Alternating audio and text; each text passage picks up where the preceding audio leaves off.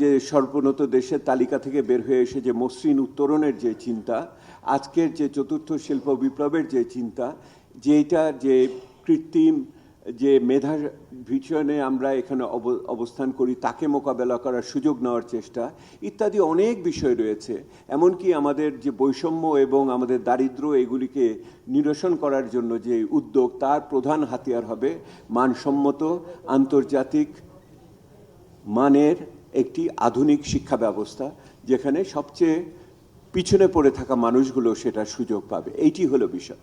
আমরা যে গবেষণাটি করেছি সেটা হলো যে বিগত সময়কালে শিক্ষা সম্পর্কে যেই সমস্ত ধারণা প্রচলন করা হয়েছে, যে ন্যারেটিভ, বাংলায় অনেকে এটাকে বয়ান বলে, শব্দটা আমার কাছে একটু অস্বস্তি লাগে, একটা যে আলেখ্য, যে বিবরণ দেওয়া হয়, সেই বিবরণগুলো কতখানি সঠিক, ওইটার সঠিকতাটাকে যাচাই করার ভিত্তিতেই নতুন পদ্ধতি, নতুন পদক্ষেপ, নতুন আচরণ আমরা আগামী দিনে দেখতে চাই। কারণ শিক্ষার ব্যবস্থা শুধু এটা প্রাতিষ্ঠানিক বিষয় না, এখানে সোশ্যাল বিহেভিয়ারের ইস্যু এটার সাথে যুক্ত আছে।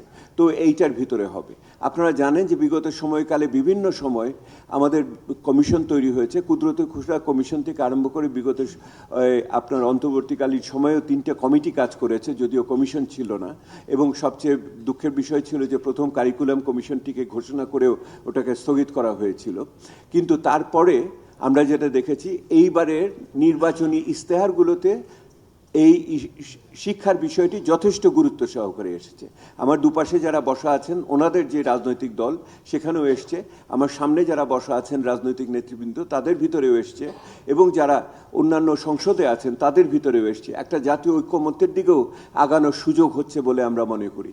সেই জন্য আজকে এই নবীন সরকারকে ডেকে এনে আমরা এই আলোচনাগুলো ওনাদের সামনে দিতে চাই। তো আমি আপনাদের কাছে গুরুত্বটাকে উপলব্ধি করার জন্য বলছি, এবং আপনারা শুনবেন যে যেই বয়ানটা হয়েছে তার কি পাল্টা বয়ান আমরা নিয়ে আসতে চাচ্ছি, যাতে করে আপনারা আগামী দিনের নীতি নির্ধারণ, অর্থ বরাদ্দ এবং এটার খরচ এবং মানুষের কাছে পৌঁছানোর ক্ষেত্রে এবং সামাজিক অন্তর্ভুক্তি কিভাবে নিশ্চিত করা যায়।